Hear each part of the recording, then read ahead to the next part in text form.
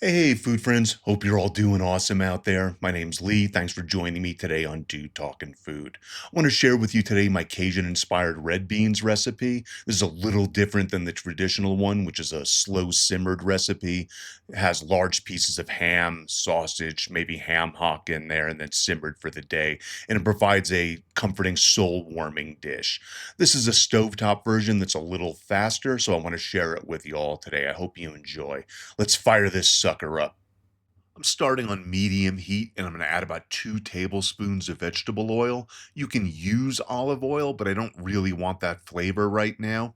First thing we're going to do is brown our smoked sausage. Traditionally, for a Cajun dish like this, we're going to use a andouille sausage, which is a spiced Cajun smoked pork sausage. You can find that in groceries these days, but I'm using turkey kielbasa since we don't eat a lot of pork. Since this is a Cajun inspired dish and not really a traditional recipe, I don't have any issues swapping this out. We buy turkey and beef kielbasa when it's on sale and throw it in the freezer for when we need it. I'm using about 8 ounces here, or half a package. You can use the whole package if you want. I just literally wanted this to be more vegetables than processed meat, so I'm just using the sausage for flavor and not to be the main part of this dish.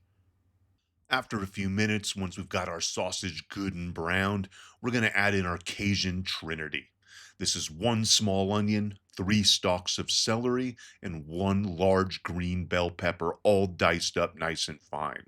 These three vegetables form the base of almost every Cajun dish, and they're called the Cajun Trinity. Once we have this all added in, we want to mix it all up good. Keep scraping the bottom of your pan. We want to get that fond off the bottom of the pan from frying the sausage. The water from the vegetables is going to lift all that off the pan and add that flavor to your dish.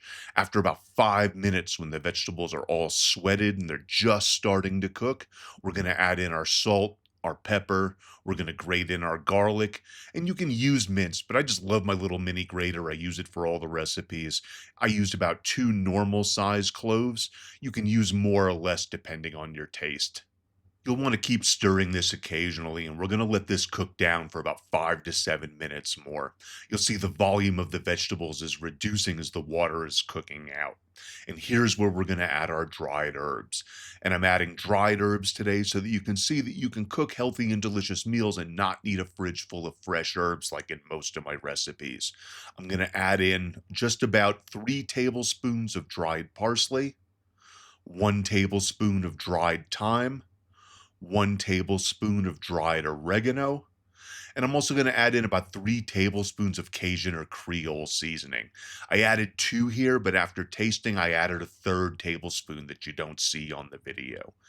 We're going to keep cooking this down further, about another 5 to 8 minutes, depending on your pan and your stove. You'll see now that our vegetables are cooked way down. You're just going to want to keep scraping your pan during this time so that nothing sticks and burns. After a couple more minutes, we're going to add in our tomatoes.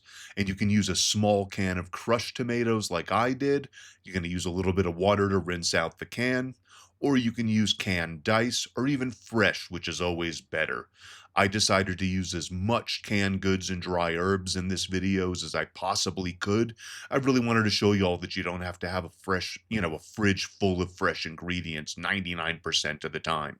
You can cook with dried herbs, canned tomatoes, canned beans, and still make a really, really healthy meal. Now we're just going to turn down the heat a little bit on this, let it all simmer for about 8 or 9 minutes. Once we've let this stew about 8 to 10 minutes covered and all these flavors have blended, we have our vegetable gravy made and we can add in our first can of red kidney beans. We're going to mix this up, let it simmer uncovered for about 5 minutes so that the beans get good and hot, and then we're going to do the unthinkable. This is a trick that I use a lot with all of my bean soups and dishes. We want to smash down a lot of this first can of kidney beans. By smashing and breaking them apart, this dissolves them into the gravy and it forms a richer, smoother, more luxuriant gravy. Once I have them smashed down a bit, I'm going to add that second can to have those whole beans in there as well. We're going to stir this all up, let it come up to heat, and we're going to simmer for about 4 or 5 more minutes uncovered. After a few more minutes of simmering, this is ready, and we're traditionally going to serve this over a big pile of rice as a super healthy main dish or a side dish depending. I personally will eat this over a cut up baked potato as well. You can fry an egg, put it on top if you like. I've also poached eggs in the top of my Cajun red beans, just like I do with shakshuka.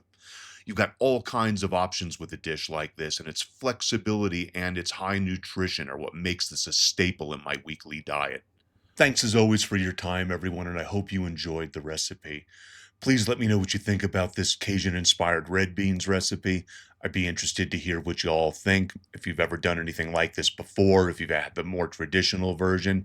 And also, we're back to filming, and I've got videos all set up already. I've got 3 shot that I'm staging and getting ready like today and the next week. So we'll have more recipes coming out more consistently. I'm way more prepared for my second year of this channel than I was for the first. I want you all to have a great one. Take it easy, everybody. Keep on eating healthier. Peace, everybody.